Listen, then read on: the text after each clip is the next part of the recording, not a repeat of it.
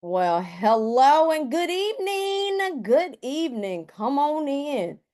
Get situated. I hope you got your dinner in front of you. You have you something so you won't be parched because we don't want you to leave your seat, okay? And miss this wonderful presentation. We have the phenomenal 5 essential liaisons on tonight to include me, okay? As your international programs coordinator, Armenia Hope, if you have not had a chance to meet me thus far. So, of course, we are recording. We are live. So, if you hear little stuff in the background, don't be alarmed. It could either be my child or the dog. All right. So, for everyone else, we do want you to try your best to be on mute because we want to make sure that we are providing the best information possible. And then, if you have some of your sorors, tell them to go ahead and jump on. It's not too late. So, welcome again. The purpose of this, we're back to the basics, right? We're going to be unlocking the 5 essential programs specifically for impact. And it's more just a refresher, right? It's a call to realign with our core of our service mission. Now, the 5 essential programs are the foundation of how we uplift, educate, and empower our communities. So when we understand our purpose, we'll be able to apply them with attention, right? We're going to be able to execute them consistently. And most importantly, we ensure our organization's impact is both relevant and sustainable. So when we return back to the basics, there are 3 things I want you to stay focused on. How we're going to strengthen our collective understanding of these programs, how we reignite our passion for service, which is rooted in purpose, and most importantly, we need to be able to maximize our reach and results in the communities that we serve. So let's flow. Now, when it comes to our essential programs, these are it, sorors. Okay, my Sigma family. These are our 5. There's no others. These the 5 right here, okay? And so the reason why we focus on these is because every area that we deal with, regardless if we're from an international perspective, US, there is something in our communities that we can focus on and hone in on each of these programs. Yes, it is an expectation that each chapter completes the 5 essential programs. But most importantly, we understand and we have heard it's a little bit difficult, or we may not have the resources. What we want you to understand on this call is that it's about teamwork, right? We have to learn how to come together, maximize our resources, learn how to connect with the community, network, so we can further the cause of our programs, okay? So a lot of you probably have follow groups. You probably have rower groups. And I think I said this on the follows call. We shouldn't always be I shouldn't see the fellows doing 5 essential programs and then the undergraduate chapter doing the 5 essential. If we are all under one graduate chapter, we should be coming together. It's about working smart collectively and saving our resources, right? So each and every year, yes, we expect for you to do the 5 essential programs, okay? The liaisons that are on this call, they will have their emails. And yes, as you can see, their beautiful faces, they're ready for you to flood their email boxes with a whole bunch of questions, okay? Because they are equipped to assist each and every single chapter. Now, let's talk about our partnerships, okay? So we have several partnerships. Each of these partnerships, yes, we have deliverables and things that we focus on. But guess what? Each of those partnerships do connect to our programming. So some of the things that haven't been released just yet is the American Cancer Society, and that shall be released soon. But all the rest of them, for example, NAMI, there'll be some trainings that are coming up, we shall see. The Alzheimer's Association, we will see. Some of you, I may have seen the flyer, but if not, that will be coming in the Golden Communique where we're talking about advocacy. Of course, I'm going to talk about St. Jude. Why? Because I know everybody understands the commitment that we have to St. Jude, which is what?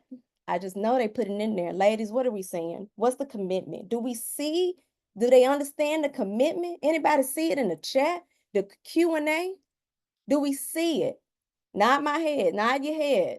Okay, it should be 2 million, right? And guess what? Thus far, we are almost close to 500,000. Now, I'm a person to like to meet goals, right? I'm a person, if we set a goal, we need to meet it. We don't come up short. We either meet the goal or we exceed it. There's nothing less. So I am looking forward to seeing us meet 500,000 by the end of the sorority year, okay? So make sure that we are doing our due diligence. And when I say we are very close, I'm seriously meaning we are very close to meeting that 500,000, okay? So again, all of these partnerships connect to our essential programming. This is how they connect, okay? Some of them may intertwine. So, for example, when you're looking at the Women's Wellness Initiative, covers the American Cancer Society, NAMI, Alzheimer's. So think about it. You don't always have to do, right? I'm not going to take the thunder of Dr. Frank, right? But she's going to come and tell you some things about women's wellness. But I want you to think strategically when you're planning. Let's say you don't have the resources, right? But you're thinking about, you know what, mental health is really affecting the community that I'm in. So let me reach out to the mental health liaison, right? And then let's see, can we get a tabling event? Well, guess what, Soares? You still tapped into women's wellness. We want you to be able to use the resources you have to be able to connect with the programs and the partnerships. St. Jude, I have them set a little bit separately, but they can also fall under Youth Symposium because they do have a program where it focuses on STEM and research. So everywhere has a component. And what we want to ensure that you understand how they connect so it can be beneficial to your chapter when you're getting ready to implement. Okay. Next, woo, let's talk about engagement. Okay. It's so important that we focus on our programs. Our programs is why we exist. The sorority understood through its foundation that there were things in the community that was missed. And so when you look at Operation Big Book Bag, when you look at all of the rest of the programming, if we are not implementing our programming, then what we doing? I'll wait. I think that's enough time. But I'll say it again. If we're not implementing our programming, then what are we doing? See, programming and me being able to show numbers helps out with when we go to the partnerships, we can stand on business and say, we just not beautiful women in the organization that knows how to take pictures, but we serve our community and we have an impact and change through what we pledge to, right? From us understanding the need that our communities has and raise awareness to, right? So it's not just about the pictures. We want to be able to show these numbers to the partnerships. We want to be able to go, right, to the Swim Foundation and say, look what we did across our chapters. And we also want to talk about our international chapters. So my international people, if you are on the call, we're going to be talking with you very soon because we understand that maybe some of these aspects can't necessarily tap in. And that's where we're going to have conversations with you to see how we can better assist when it comes to our programming in your areas as well. So this right here, sorors, and my Sigma family, right?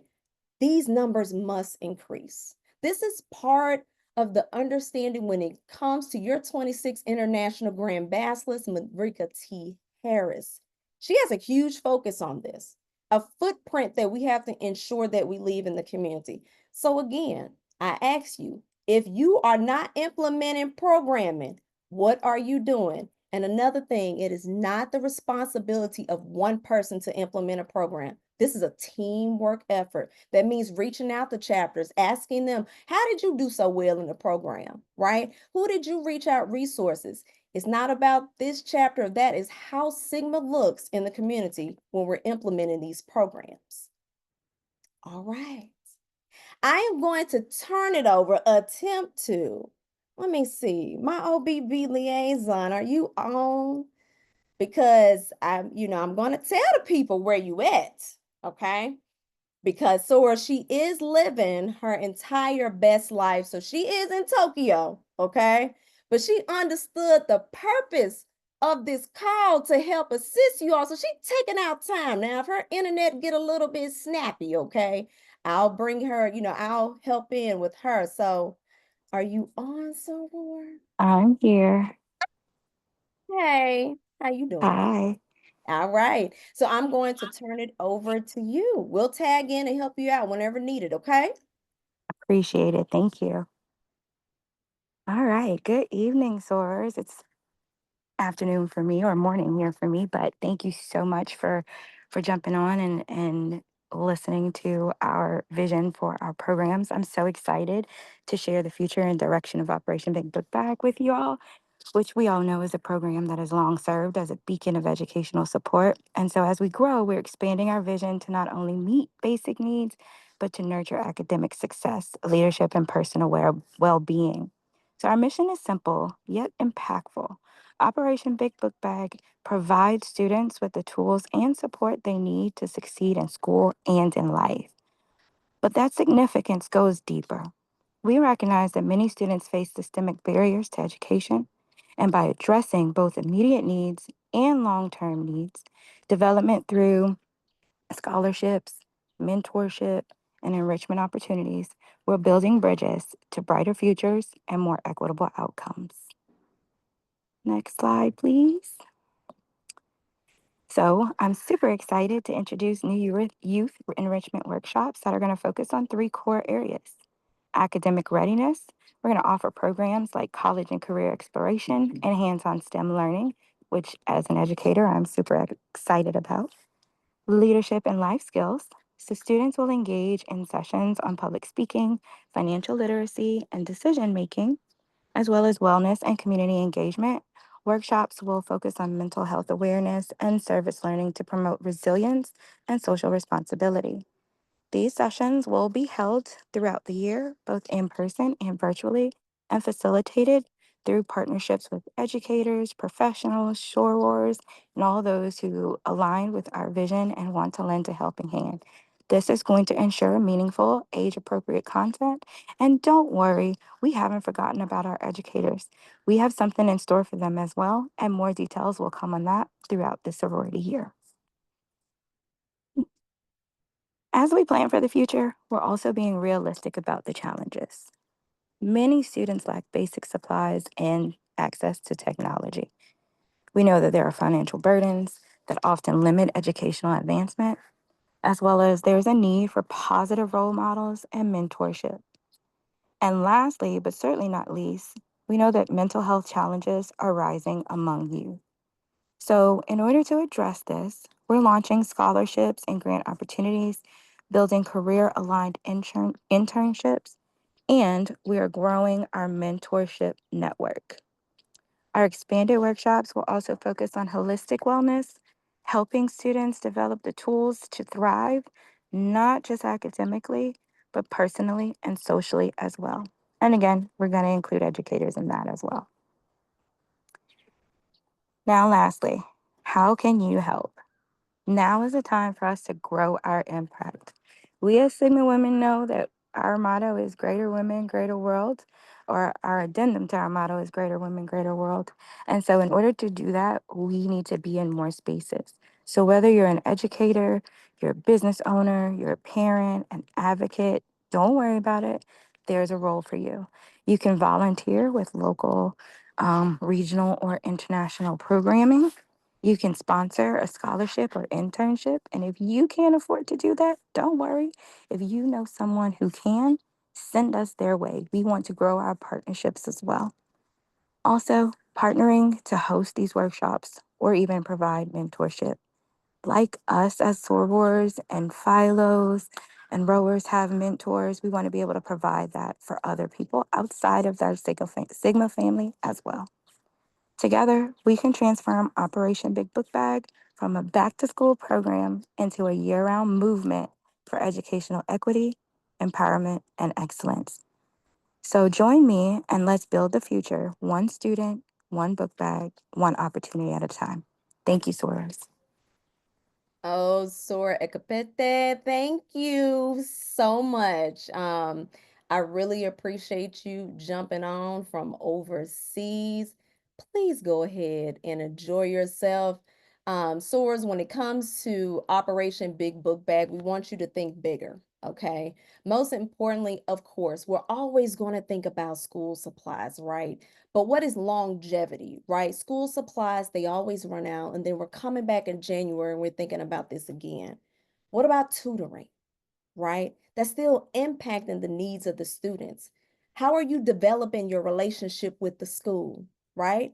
Are you a chapter that always, every single year, we're reinventing the wheel, trying to figure out what school we're donating to? One thing I've always said about our programs, the community should want to wonder, when are we going to implement something again for the next year? So that's where that networking, that ongoing communication, right? So if we're coming into their school, we're giving school supplies, and that's something that you want to do, let's think bigger than that. What about in the middle of the school year? Can we help out and, with the teachers and assignments, running, copies, whatever that the teachers need, because they need to see our presence, not only when it's programming time. It is a continuation of what we do afterwards, okay? All right. Up next, let's talk about women's wellness, Dr. Franklin. Turn it over to you.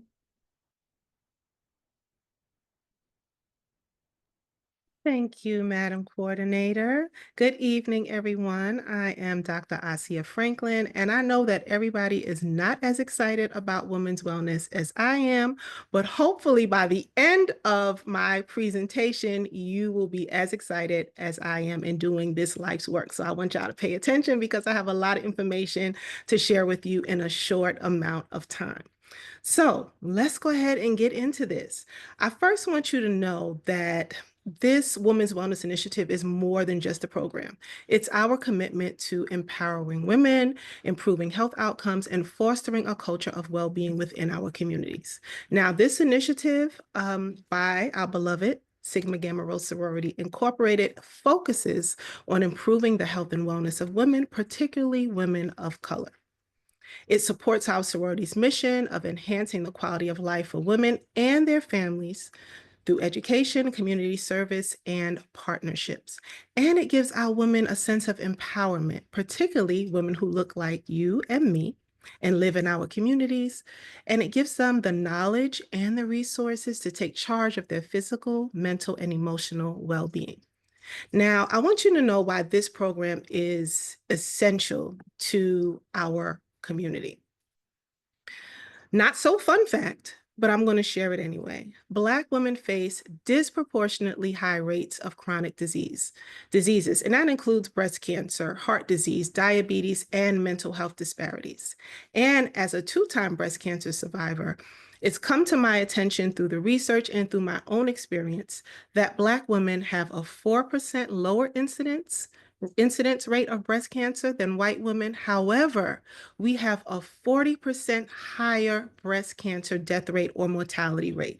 So as you can see, that just does not add up, and it doesn't sit well with me, and I'm sure it doesn't sit well with you either. So this program is significant, not just for that not so fun fact that I shared, but for all the things that I'm about to drop in your laps right now. Know that this Women's Wellness Initiative promotes health equity, increases access to preventive care, and fosters a community of wellness and support for women. I want to talk to you about our 5 core components. So breast cancer awareness and education, we usually observe that during the month of October, but know that these things are always ongoing. We can partner with organizations such as Sisters Network to provide mammograms and support women in need. As a chapter, you can participate in breast cancer walks, donate survivor baskets, and even raise awareness on the importance of early detection. Heart disease and health, heart health and disease prevention, observed typically during the month of February. Collaborations with the American Heart Association, hosting blood pressure screenings, CPR workshops, and other awareness events around heart health. Mental health awareness, again, observed in May, but an ongoing thing. We can partner with NAMI to provide education on mental health, particularly the stigma around mental health in Black communities, and also to understand what resources are available for the people in our chapters, as well as those in our community. intimate and domestic partner violence awareness. Now, this is ongoing, although society honors this or observes this during the month of October. We want to raise awareness about domestic violence, including emotional abuse and intimate partner violence that affects women, again, the women that look like you and me and live in our communities. Charge your chapter to partner with local shelters, advocacy organizations, and crisis centers to provide education support and resources for survivors. Self-defense workshops. Women's empowerment is coming up. That is a great opportunity to share about intimate and domestic partner violence awareness. And then our last is our Girl Trek Walking Initiative. This is ongoing. Encourage your chapter members to walk 22 minutes a day. Make it a challenge. Create your own hashtag. And this is to promote physical activity and overall well-being. You can also form walking groups and invite people from your community in to join you. So some best practices for implementation of these 5 core programs or components is leveraging your local partnerships, encourage chapter participation, and incorporate wellness champions. And I'm going to speak a little bit more about women's wellness champions towards the end of my presentation.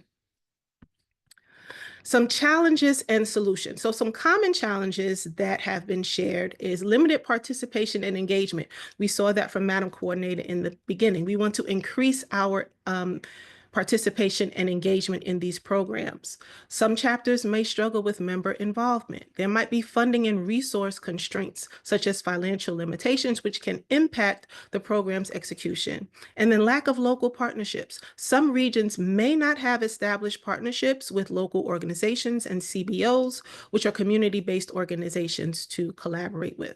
Now, here are some strategies to help you overcome those challenges. Increase engagement. During your chapter meetings, speak about this initiative and what our components are and what we want to do. Use social media. Everybody has access to social media, right? Use social media. Use your chapter listservs and your newsletters to actively promote participation. You can even secure funding and sponsorships, applying for local grants, seeking corporate sponsorships, and even encouraging donations, and expanding digital resources, such as hosting virtual events and partnering with national and local organizations to reach a broader audience. Some resources that we are working on is an official Women's Wellness Initiative playbook, which will be available soon. And this will have guidelines and programming ideas to help you within your chapter. Those partnerships are important. And something else that's a big treat I'm excited to be working on is a self-care and stress-free toolkit, which will be included with our playbook to help with advancing the mental, physical, and emotional well-being of our membership and the women in our communities. Let's move on to our call to action and our next steps. So how can you as a member build engagement and support this Women's Wellness Initiative? Well, you can join as a Women's Wellness Champion, and this is to lead initiatives within your local chapter. I'm going to share my email address with you momentarily. You can reach out to me to learn more about this or how to implement this within your local chapter. Actively participate in all of the Women's Wellness Initiative programs by organizing health events, promoting awareness, and volunteering. And again, social media, use it to your advantage to spread awareness using official hashtags and engagement campaigns. So here's some things that I want you to take away, and I'm going to wrap up. Know that the Women's Wellness Initiative is a critical initiative that aligns with Sigma Gamma Rho Sorority Incorporated's mission to empower and educate women about their health. Every chapter and every individual in each chapter has a role to play in fostering a culture of wellness and ensuring women of color have access to necessary health resources. And by participating, our membership helps bridge the health disparity gap and improve the well-being of their communities. So I encourage you to be intentional, engaged, and proactive in carrying out this mission. The success of the Women's Wellness Initiative depends on the collective efforts of our sisterhood. You can reach me via email. That concludes my presentation. I hope you all are excited about women's wellness. This is my life's work, so I get a little giddy when I talk about all things that have to do with Black women and women of color. But any questions that you have, if you're interested in getting more heavily involved in women's wellness, please reach out via email and let me know. Well, I just know everyone should be excited, right? Because when we're healthy, right, we push off that healthy energy, right? So it begins with us. It Yeah, begins with our mind, our body, and our spirit. So most importantly, we can't take care of Sigma business if we not right here. Okay? absolutely. Is that part of that women's wellness? We got to get right Yes, here first. Okay. Then we can do the work, absolutely. right? And so, but most importantly, their call to action, I'm gonna add something in there. Make sure you are taking care of yourselves, right?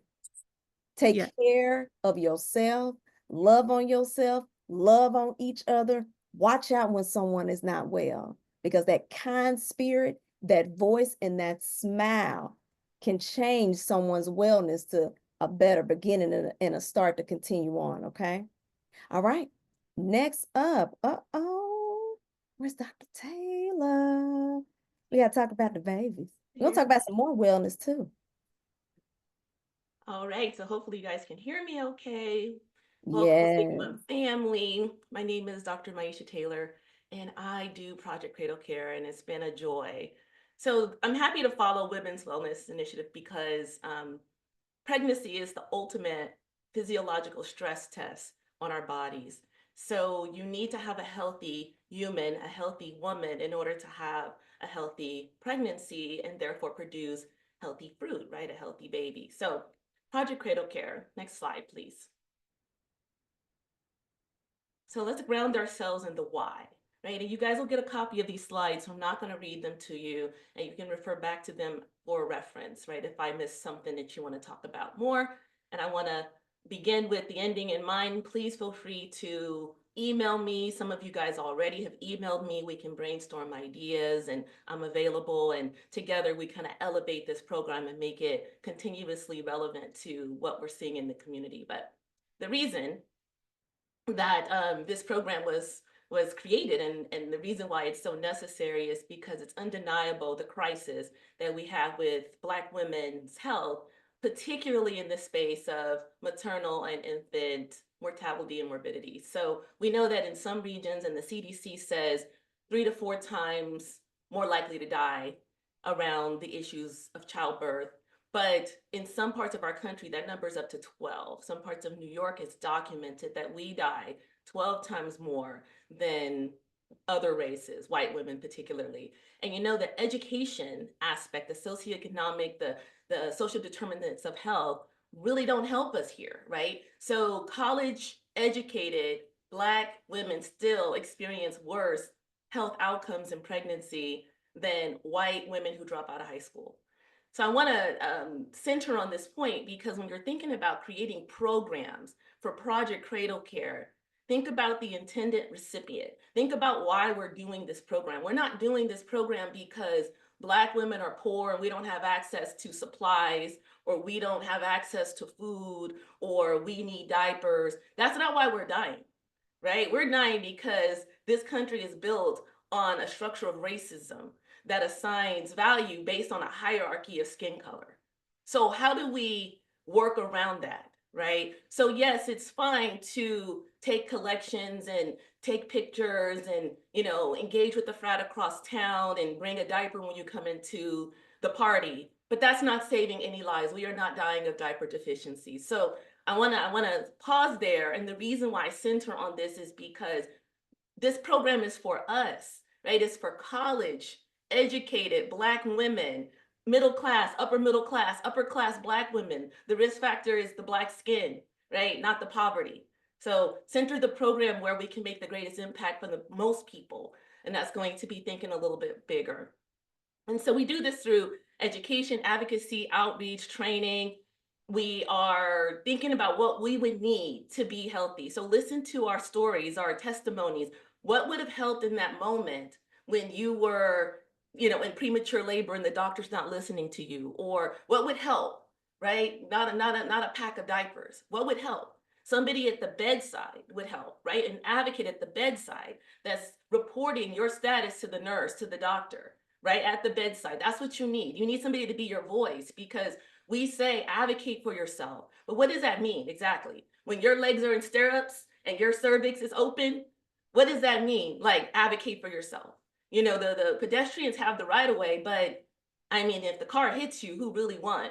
So yes, advocate for yourself as a patient, but you need an advocate at the bedside. So that's what we would like to see emphasized in this program, right? Saving lives. All right, next slide. I think I lost the slideshow. Do you guys see the slideshow? Dr. Taylor Hope just got frozen, so she is trying to log back in real quick. Okay, all right.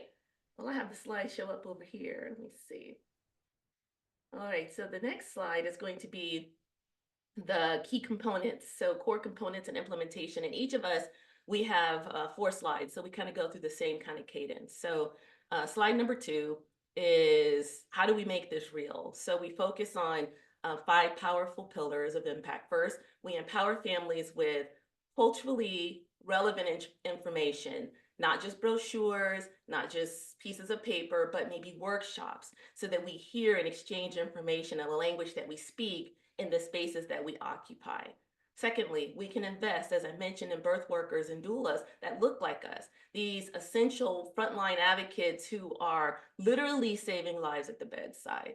Third, we can walk along NICU families. I don't know if you guys saw the latest story of a nurse in the NICU that's going around breaking the femurs of little Black boys in the NICU. So we really have a problem with equity in the NICU. So engaging your local neonatal ICU, and NICUs are ranked based on the type of or the acuity of the baby they care for. So your level 4 is going to be your highest, sickest babies. And most areas don't have a whole lot of level 4, level 3, level 4 NICUs, right? Sometimes they're regional depending on the size of the metroplex. And the reason why I say that is because as you're engaged in the NICU, it can't be, well, that NICU sits in that city over there, and there's a chapter over there, so we're not going to engage that NICU. Because that's like the regional NICU, right? And again, collaborating with your sister chapter so that we make a greater impact. And we're not doing this in silos. Because imagine the optics and the visual of a Sigma Gamma Rho supported facility, such that everything that we touch turns to gold. So if a woman knows that Sigma Gamma Rho is engaged with a facility, whatever, a birthing center, a hospital, a NICU, their experience is going to be better there, right? We have the capacity to do that. We have the capacity to create like a ranking or metrics that range from what was your experience like? Did you experience racism? What was the food like in the cafeteria? How close is the parking? That's easy data to collect. We can compile that and share that, and then women making a decision about where to have a baby or what doctor should take care of them or the facilities that they may birth at. If we participate in helping provide information in our communities to make it safer, and then facilities will actually look at that, and if they want our dollar, they want our service, they want our insurance vouchers or whatever, then they will make it their business to make sure that their staff is implicit bias trained, because that could be one of the metrics that we use, right? But it's going to take a concerted effort. It can't be this chapter's doing this and that chapter's doing that, and I'm jealous of that chapter over there and I'm not working with them because I used to be in that chapter. That, all of that, we want to make an impact and save the lives of mothers and babies in this space. 10 people donating some diapers to the NICU is not going to make a difference, right? So we really have to work together. All right, so next slide. And again, I only got 10 minutes, so I can come back and go through more details and you guys will get this slide. So challenges and solutions.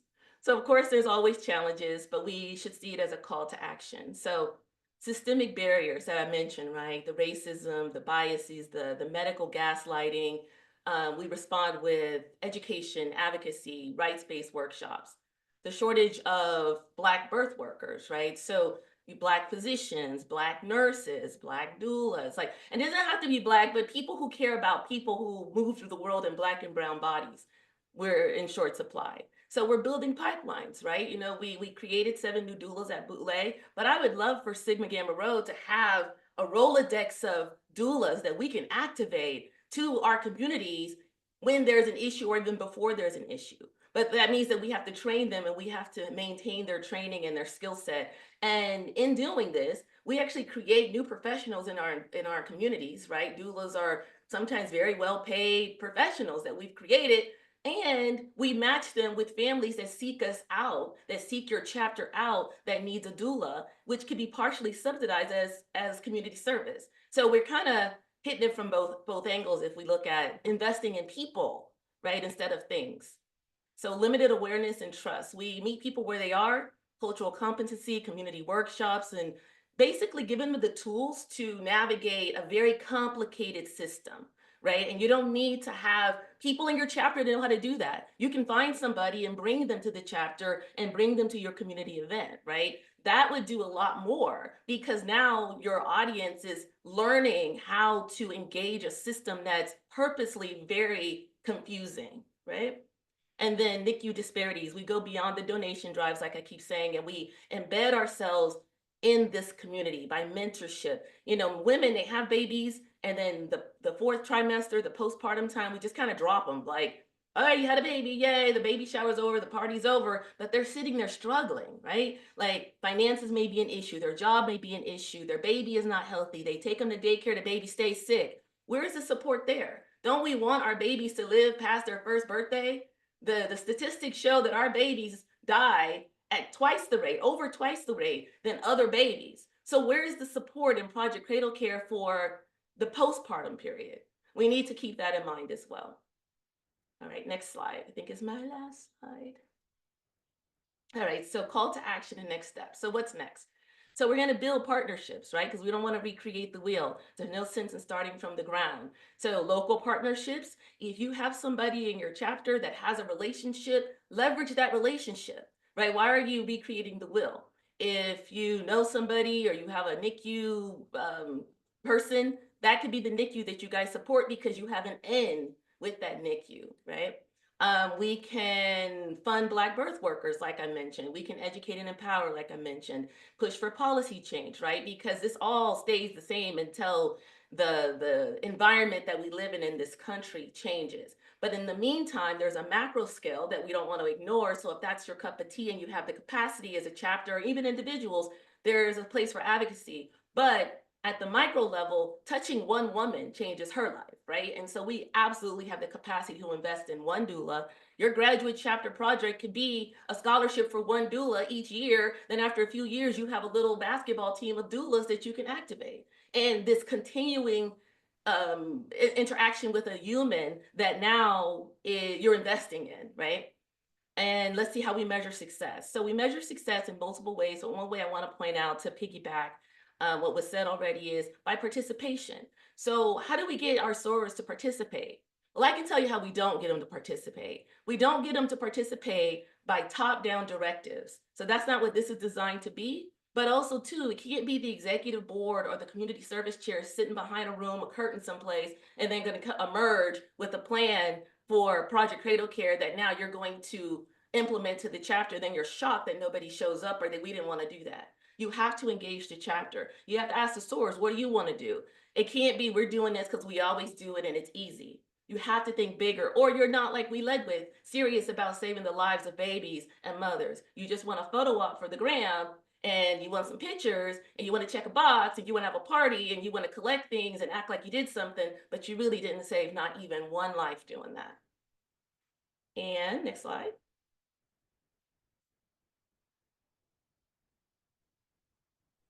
Let's see, I don't see it changing, but so okay, so that is the last slide. That is my contact information. I know that I'm a little animated and whatnot, but really this is work that I've been doing for a long time, just like in the other areas of women's health. And we're dying out here, right? We are dying and we're playing games.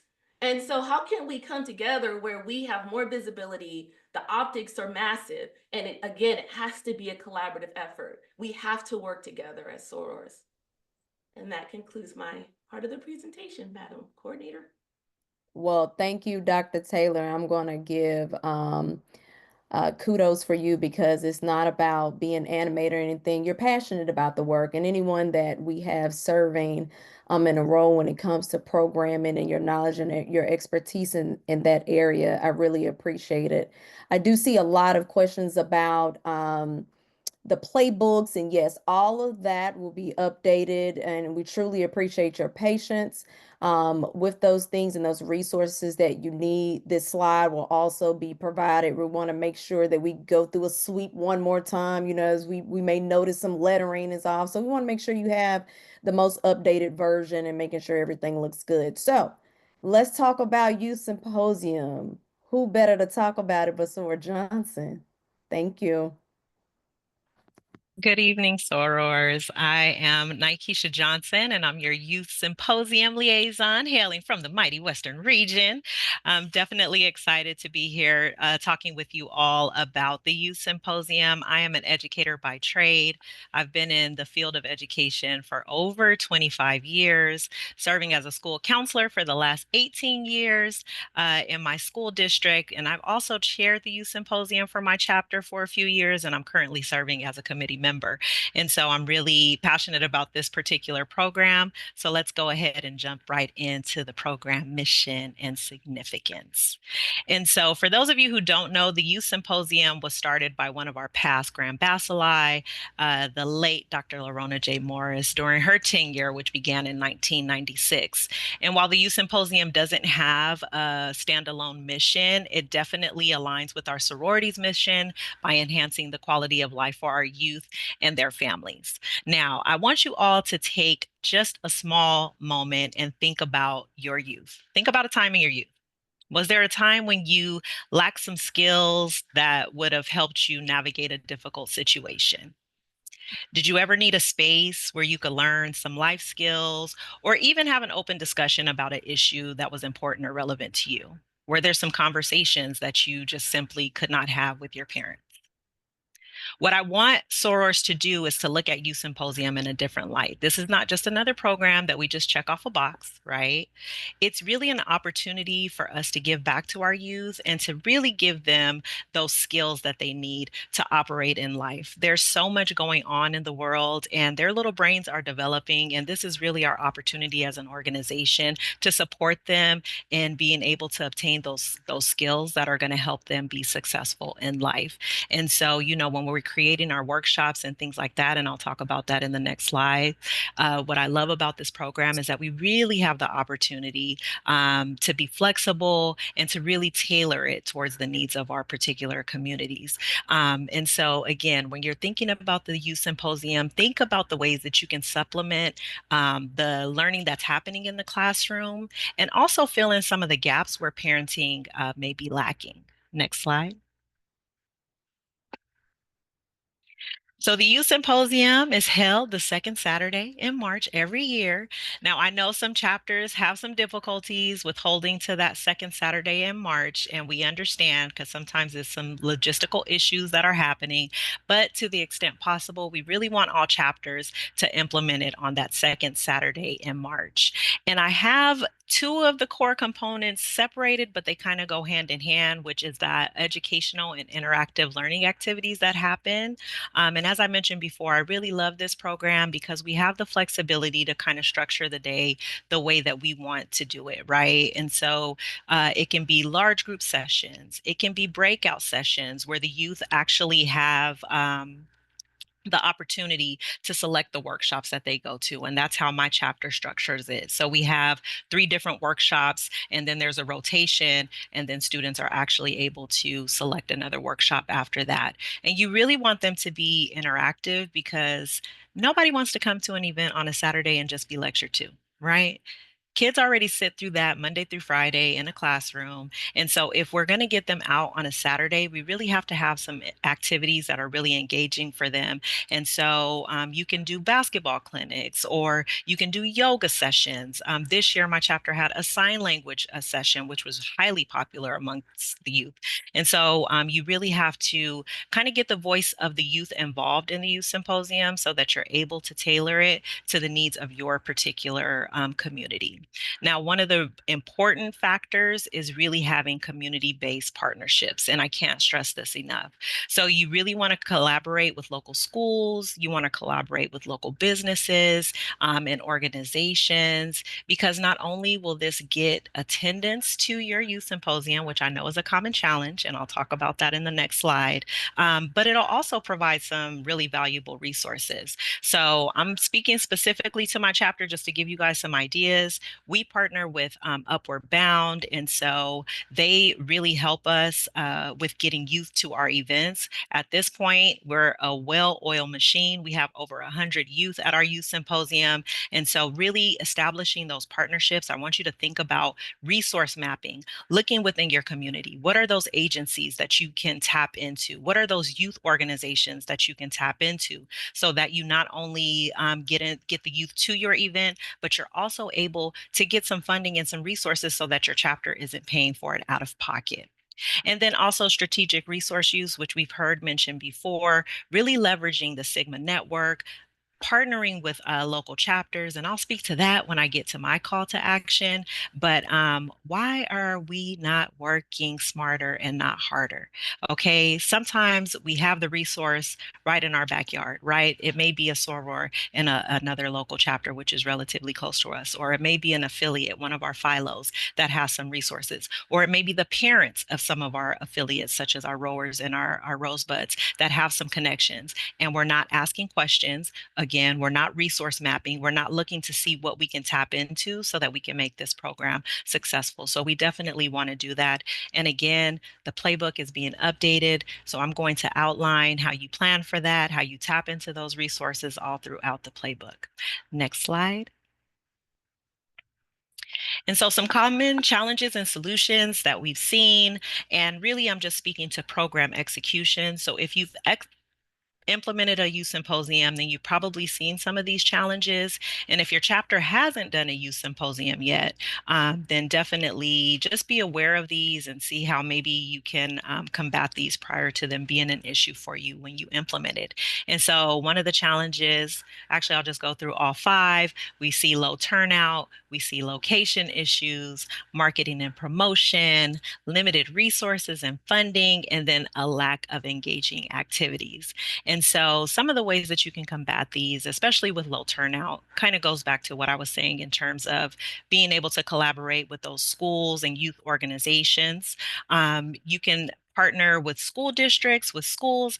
We had Compton Unified charter a bus for youth to come to our school. And so if you really tap into those districts and speak to their LCAP goals and how, the youth symposium will be beneficial for their students to attend, districts will definitely make an effort, right? Because they want to make sure that their youth are getting those opportunities, and it makes them look good, honestly. They can talk to the school board and show that their youth are attending these events that they've kind of tapped into.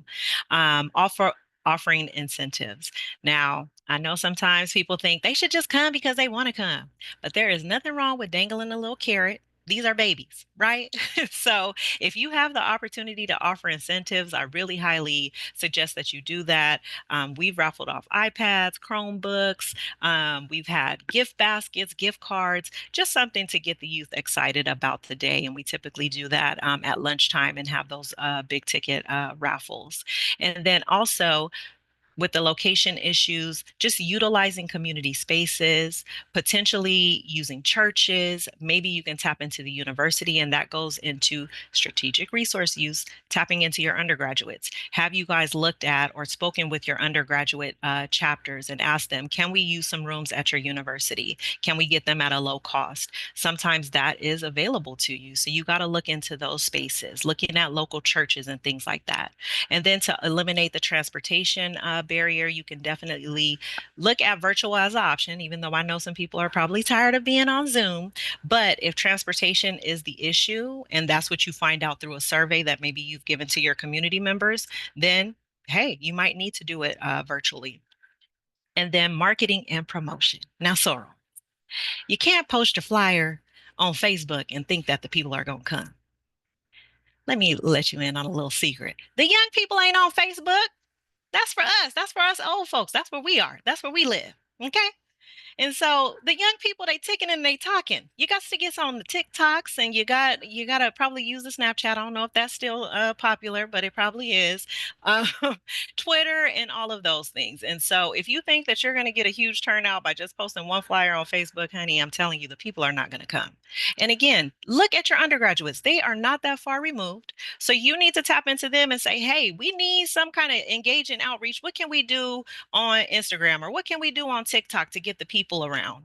Try to recruit some youth ambassadors from the schools. Who are some youth that are strong leaders in your community? Utilize them, create them as ambassadors so that they can get the word out and get the people excited and get them to your youth symposium, right?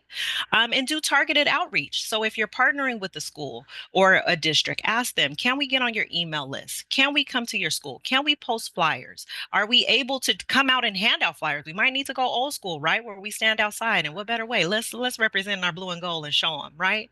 So yes, I see that in the chat. Use your rowers to help spread the word, right? They can also help you with those social media campaigns too, because them rowers be out there doing it. All right. At conference this year, I saw the people running around. They doing all their little questionnaires and they dance routines and all of that. But this is what gets the people excited.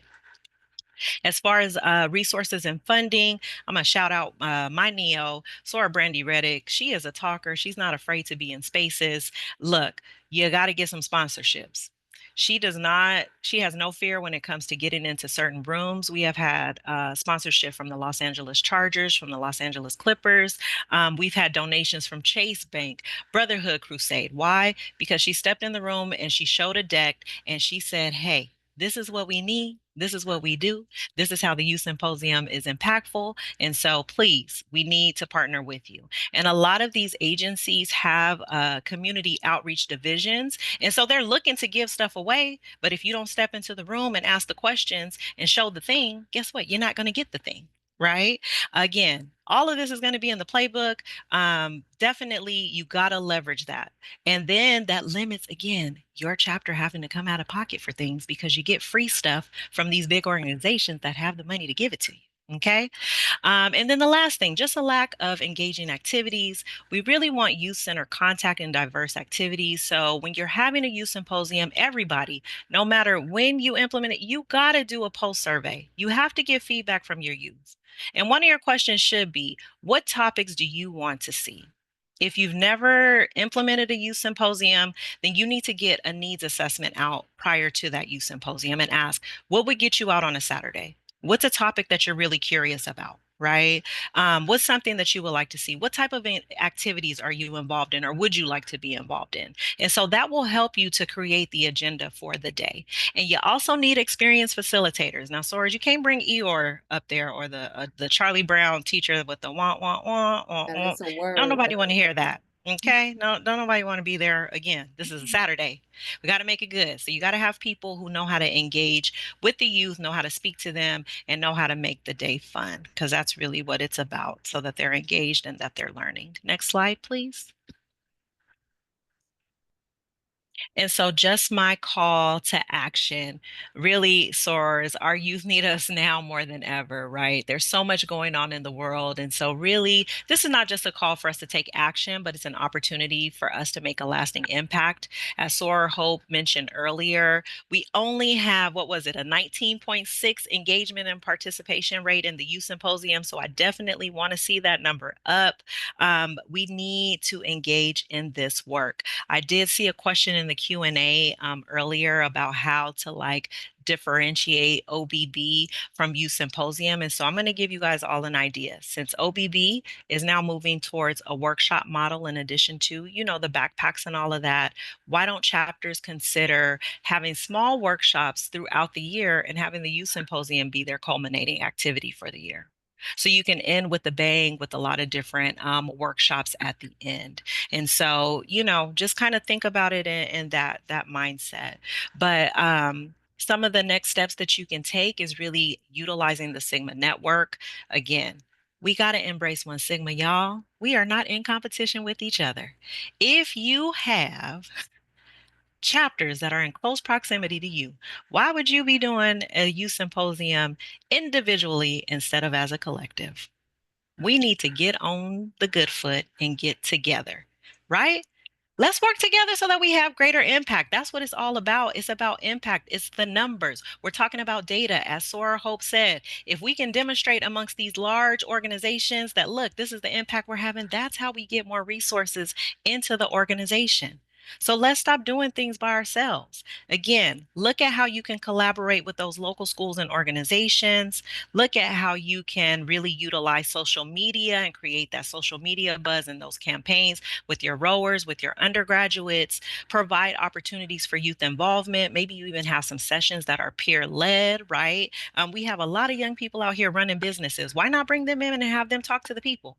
That's a great resource for them to see how someone their age started a business and did all of the things, right? And then lastly, look at the ways that you can incentivize attendance. Can you offer a scholarship? Can you offer some raffles? And even sometimes it's just simple recognition, right? So maybe some youth are doing some really wonderful and powerful things in the community. So can you highlight that? How can you uplift that at your youth symposium? Okay.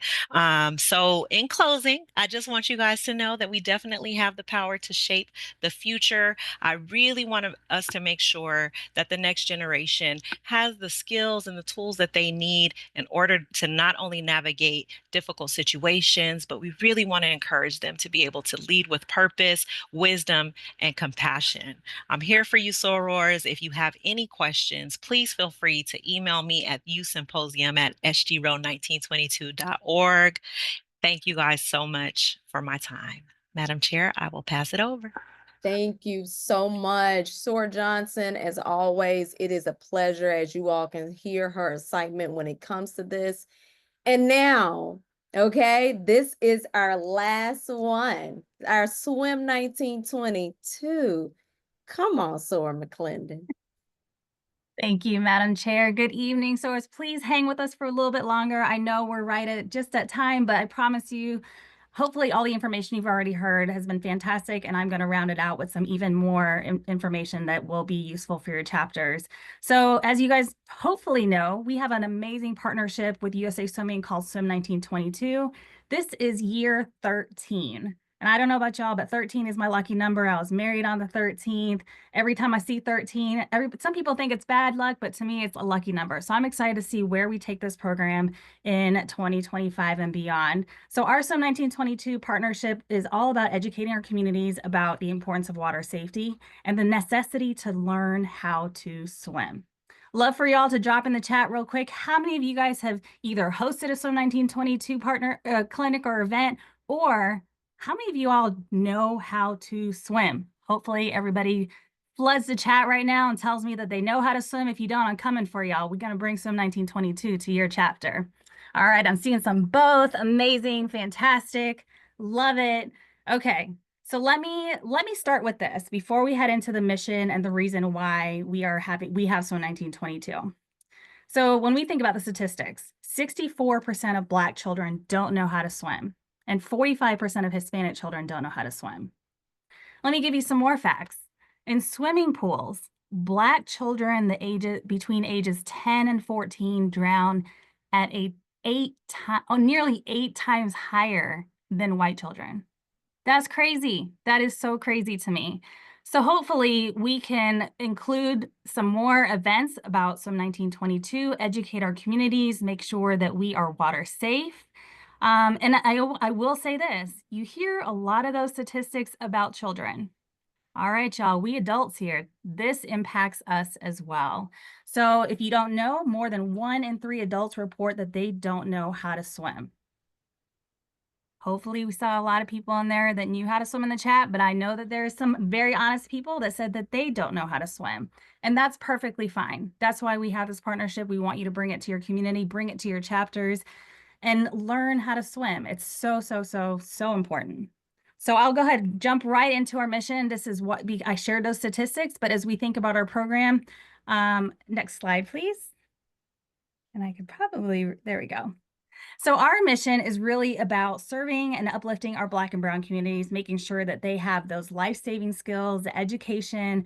We're promoting water safety. Yes, it's the most important as we head into summer right now that our communities are water safe, but we should be promoting this year-round as well. We need to break down those barriers and make sure that swimming is offered and available to all. That's part of our commitment. It aligns with who we are, what we do. We're about greater service and greater progress. So I shared some of those statistics before, but the significance of our program is that our Black and brown communities are typically faced with a lot more barriers to water safety access and education. If you didn't know, swimming is more than just a skill, it is a life-saving tool. So hopefully, as you bring your Swim 1922 events to life, you're having those things, you're keeping those things in mind, right? You're thinking about like, how am I going to shift the narrative in my community? How am I going to make my community water safe, not just this summer, but year round? And you can do that by definitely partnering with your local pools, community centers, partner with your chapters. You've heard from our previous SOARs already. Leverage our network. We're one Sigma. We should not be doing this alone. And greater service, greater impact. So let's do it together. Next slide, please.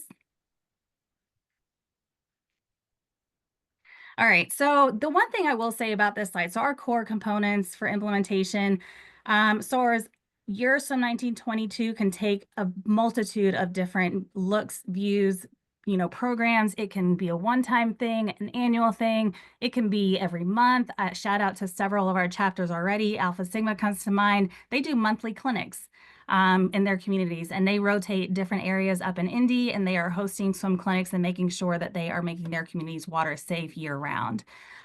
So here's just a few key components that I did want to bring to your attention to make sure that you have a successful Swim 1922 clinic or event. So consider your event format. Is it going to be a wet clinic? A wet clinic, we mean you're hopping in the water. You have a pool, you have access to the facility. It could even be a lake. We've done we've done like one lake, so 1922 clinic. We have done some at a water park. So there's a multitude of different ways you can create a wet clinic. We have dry clinics. So we have some water safety festivals, and it's really about learning tips and tricks from lifeguards. How can you make sure that you know the pool safety rules, things like that. And typically we would host about a 3 to 4 hour clinic every time. So host multiple sessions, multiple groups. Consider your budget. So as we know that budgets can be tight, we want you to definitely raise some funds, but also you've heard from Sora Johnson that we can get sponsors from our community. Continue that conversation, bring these programs to life by leveraging your community partners. Make sure that you have great access to locations, whether it's a pool or a school, any community hotspots. Big thing, secure your insurance. We do offer that through the sorority, so make sure you're sending those emails to get your insurance. That's super, super important. And of course, we want to make sure that we have our lifeguards. My recommendation is a 1 to 5. So for every one lifeguard, we want to have 5 participants, just making sure that everybody's water safe. Again, if you have more of the people who are very fearful of the water, don't know how to swim, I would recommend a 1 to 2. So consider that as you guys put those together. And then some of the other things is just making sure you have those waivers, make sure you have those volunteers. You're, again, promoting your event. We can't stress enough about all the events that we're hosting and how do we get it out there? Facebook, Instagram, TikTok, make some really fun videos, reach out to your news stations. They are looking to hear how we are making our communities water safe. They will bring you on live air and make sure you are representing Sigma well. And of course, getting those educational flyers, special guests. For SOARs who don't know me yet, I am Sora Maritza McClendon. I'm also a 2004 Olympic silver medalist. We have a ton of Olympic SOARs. We have Sora Alia Atkinson, Ariana Wallace. Vanderpool Wallace is also an Olympian, and our most recent Olympian, Sora Natalie Hines. So make sure that you guys know you can bring us to your Swim 1922 events. And I will wrap this one slide up with making sure that you guys know we have a Swim 1922 playbook. We are going to get that out. It's been updated. I have a lot of great information in there that will hopefully help you host a successful Swim 1922 partnership, program, event, clinic, whatever it is. I have a lot of things laid out in there, so I can't wait to share that with you guys. Oh, thank you so much. Our favorite Olympian.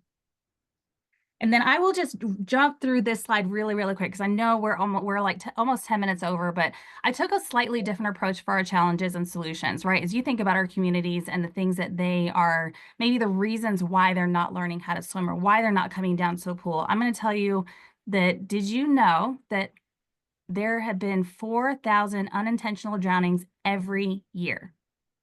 That's 11 drowning deaths per day. When you hear that, and did you know that most of those are our Black and Brown communities that are impacted the most? So one thing I want to leave you with here is drowning is preventable. Swim lessons are 88% effective. So yes, we will be hosting clinics. Yes, we will be hosting events, but we need our participants to come back for more. This is a swim journey. Learning how to swim is a journey. It's not just about a one and done. You got to keep coming back and making sure that you are getting through those different steps of I can get my face in the water, I can blow bubbles underwater, I can float on my back comfortable. I don't panic when I'm in the water. So making sure that we are taking our time learning how to swim. Our purpose is really truly to introduce that water safety education, get them in the pool, and hopefully transition them to having their swim journey continue beyond that. And if you are a chapter who is hosting monthly clinics, kudos to you. That is a fantastic way to continue to get your community water safe. And I will throw this out too. We have a chapter, shout out to Beta Psi Sigma in Long Island, New York, who is actually partnering with a local swim team to put together a 4-week swim program. That is phenomenal. Swim 1922 is going to make sure that there is a select group of kids that know how to swim. So I'm super, super proud of that. So Soras, get creative with how you bring these events to your communities. Think about these challenges as to why people aren't coming to the pool, and think of those solutions that you can come up with to make sure that they feel welcome. They're ready to learn how to swim. We're helping them with the cost of swimming lessons. We are helping them through the fear and the trauma that they feel around water. So our goal is to make sure our communities are water safe, again, year round. And then I think my last slide, if we can go to the next one. So what's my biggest call to action? You guys create that local impact, because your local impact is what's going to drive our global change. When we first started this partnership in 2012, 70% of African-American children didn't know how to swim, and 60% of Hispanic children didn't know how to swim. Y'all heard me when I first started. That number is 64%. And I guarantee you it's going to start to continue to go down because of our partnership. We are making a major impact on those statistics. And I will say, some people are like, oh, it's only 6%. Nope, 6% translates to millions of kids who now know how to swim. And we are definitely fully in. We are fully in the water with them. We are helping them through their journey. And we also want to make sure that our adults are learning how to swim. So think about how you're going to bring Swim 1922 to your chapter, to your community. I will say the first couple slides made me a little bit sad, because we are in the 200s for the amount of chapters that are hosting Swim 1922 clinics, or the amount of Swim 1922 events. I really, really want to challenge all of you to host a Swim 1922 clinic. And then we talk about amplifying the work that we're doing. Tag Swim 1922 on IG. I've already seen a ton of posts, flyers that are going up on IG. I'm reposting them on Swim 1922. We have to support each other in getting this message out there. This is about us serving our community so that we can build a legacy that it will be water safe for years to come. So thank you guys so much for hanging with us for a little bit more. I'm your Swim 1922 liaison, Maritza McClendon. I'm excited to share your story and the power that we have through Swim 1922. Please feel free to email me at swim1922@sgro1922.org. And we will also provide the playbook, and we will be looking to launch our Swim 1922 shop as well soon, so you guys can have amazing co-branded stuff for your clinics and your communities. Yes, yes. Thank you so much, Sora McClendon. Truly appreciate anything and everything that you have done with us since the inception of this program. Sora's, the biggest takeaway from my position, I really want you to take home, right, of all of the programs, the phenomenal liaisons, right, who have put this information together for you all to learn. They have their email addresses, as I stated earlier. Fill them up. They're ready. they're ready for you to email them. But most importantly, from my standpoint, when we talk with these partnerships, right, we have to be able to bring something to the table. Our programs and what we do in the community, from data, from pictures, from the work, from the resources, the connection, right, is proof of why we exist. Right. So if we talk about we want all these great partnerships, I want to go with Nike and we got to bring something to the table. If we're not programming, what are we doing? We're just merely existing in the organization. So what I look forward to as we go on and kind of end this sorority year, right, is that I actually have a charge for you. Each program represents a pillar of service that empowers us to uplift, right? So the most important thing is I want for us to return to the foundation of programming. Now, there's a really quick question that I wanted to answer because social action plays a piece of this. I need everyone to understand programming is when you implement something, right? So what we're doing, we're programming, we're sharing information. We're helping people understand that there's a need in the community for the information that we're presenting.